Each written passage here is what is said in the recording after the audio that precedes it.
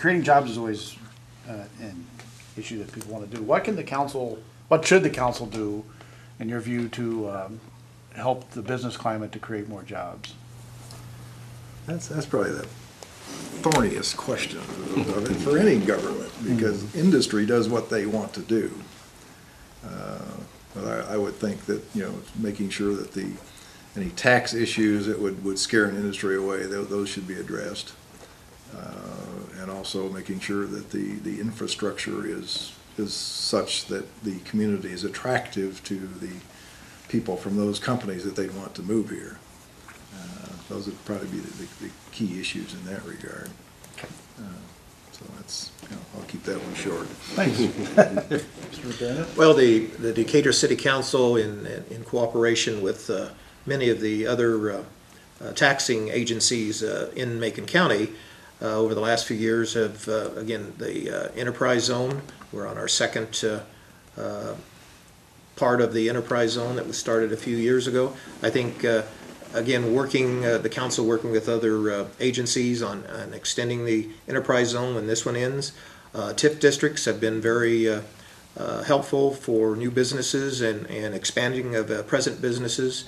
And I think if the council continues with policies that provide a welcome mat to any new businesses wanting to come into Decatur, again, the council is legislative. They have to create policies that make the community a viable place to, again, expand or to start new businesses. So I think they've done a good job, but we still need to continue to do that. Unfortunately, as everyone knows, Illinois is not the most conducive for a lot of businesses to move in here. So it's a double problem for Decatur, Bloomington, and that. So I think we're on the right path, but we need to continue with those policies that say, welcome, we'll take care of you. Okay. Okay. About the job situation, what was that down there, Mr. McDaniel, he had a good point that kind of have like incentives for other companies that want to come here and show them how much value this community have and what appreciation they would have for bringing them here. Just make them feel welcome. I think that's how he closed, and just show them we are a great community and we have great things to offer. In a nutshell, everything that we possibly can to help overcompensate for the situation of the state. It's been said the council really can't go out and recruit and broker a deal, for example, but we have to put a foundation in place that makes things attractive and easy and not administratively cumbersome, so that businesses will want to relocate here. It's easy for them to do business while at the same time being mindful of the necessary rules and regulations that the city does have to enforce. But everything that we can do, whether it's creating a better infrastructure system or an enterprise zone or a TIF district, you name it, we have to explore every single avenue at all times. The only way we're ever going to increase revenue for the city is by new businesses, new people.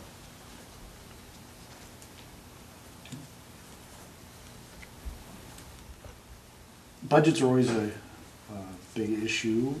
What would be your, every governmental body in Illinois has this problem in that revenues are down and expenses, continue. What would be your, kind of in a general sense, your solution if that issue continues? If, revenues continue to be down or flat and you still have rising expenses, what would be your? Well, I would probably suggest City Council get a printing press, but I don't know if that will work out well. We may get by a couple days, but they may catch on. Again, I think the city staff and the past councils here in the last few years have done a great job in keeping expenses down, keeping a watch, and the council, again, the city manager creates the budget with his department heads, and then the council has to make the final decision, moving revenues around where they're able to. I think this next year we're going to be close to $800,000 in the hole because of the revenues and moving things from the our property tax that goes towards property tax, moving it into the general fund. So I think the city manager is looking at that. So I think we just have to hold the line right now and spend our money wisely. Many times when grants are offered, sometimes that there's too many catches to that, and we end up spending, oh, look at all the money we're going to get, but then we have to add 20-30%. Well, let's make sure we use that money wisely for major infrastructure projects. A lot of times we've been spending money recently on some of these projects that just add icing to the whole infrastructure, while the major infrastructure is being eroded. So that's a little waste of money. So I think I would certainly watch that very carefully, and I'd probably vote against some of these cosmetic things that we're doing, because it's not necessarily going to bring new businesses into town. Okay. Mr. Anderson?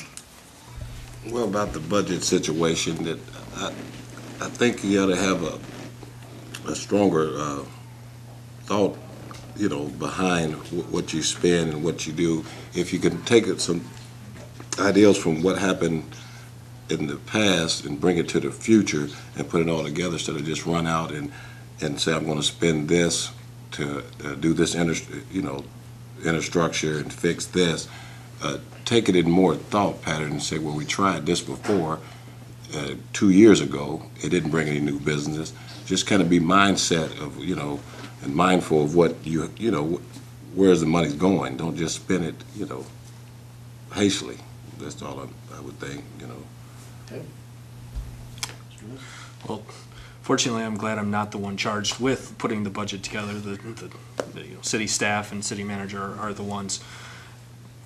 I think and I hope that we're, since there's a bit of a lagging effect from an economic downturn to the actual, I guess, sort of flow through to the city from a revenue standpoint, that maybe we're kind of catching the tail end of the cycle and we're back on the upswing.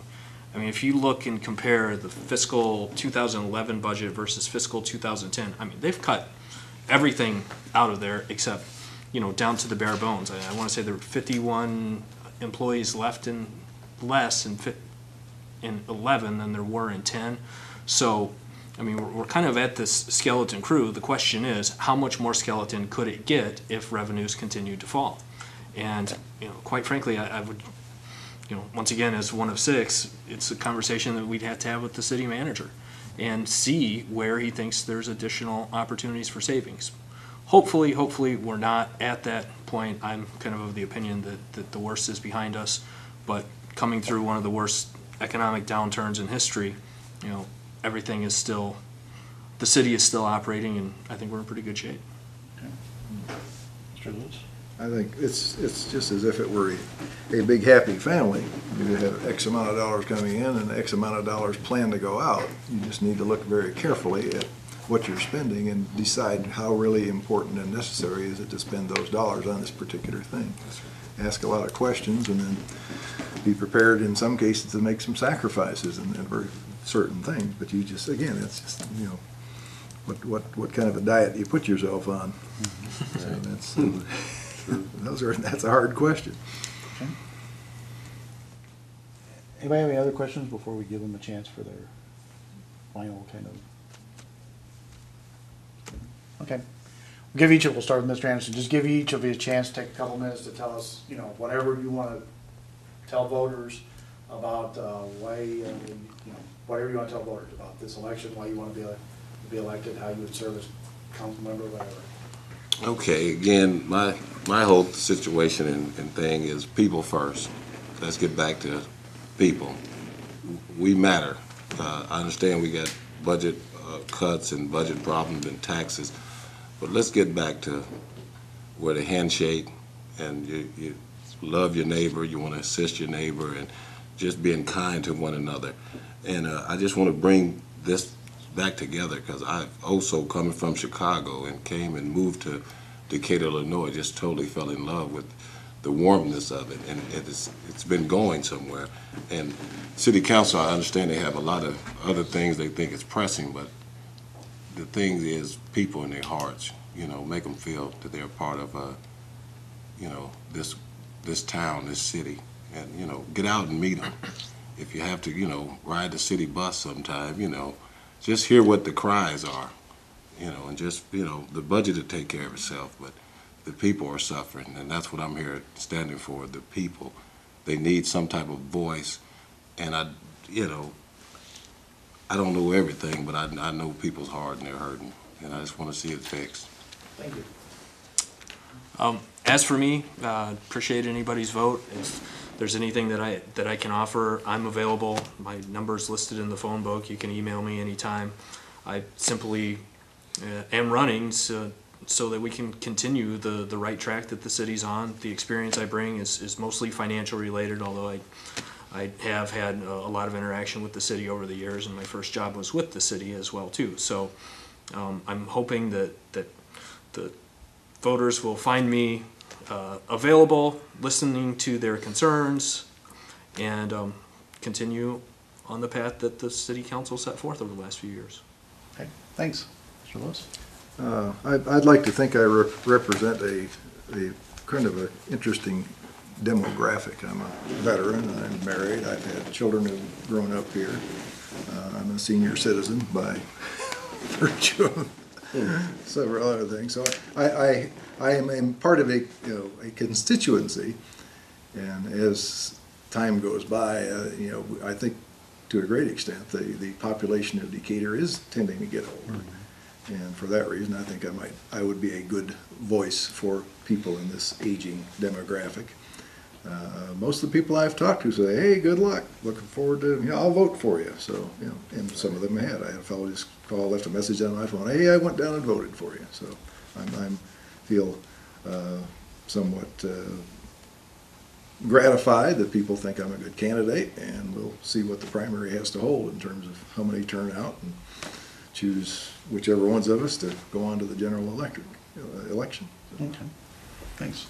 Well, I think as a council person, I bring a love and dedication to the community, combined with in-depth knowledge of all aspects of Decatur, and again, being a person that has watched the council from the front seat of the council for all these years. Like other reporters, sometimes we remember more than what the council people do. And you just want to raise your hands and no, that's not it. This is what you did. So I think I want to put that knowledge to use, to good use for all segments of the community, and help move the. Again, I'm only one person, but working. I'm a team player, but I'm also not a wallflower. I will speak up when I think something is wrong and that we need to go in another direction. And I get along with people. Again, this is my third time running for council. Of course, Ronald Reagan and Abraham Lincoln also lost elections and went on to win. So I'm hoping that this might be the right time. Okay, well, once again, thanks a lot for coming tonight, and thanks for your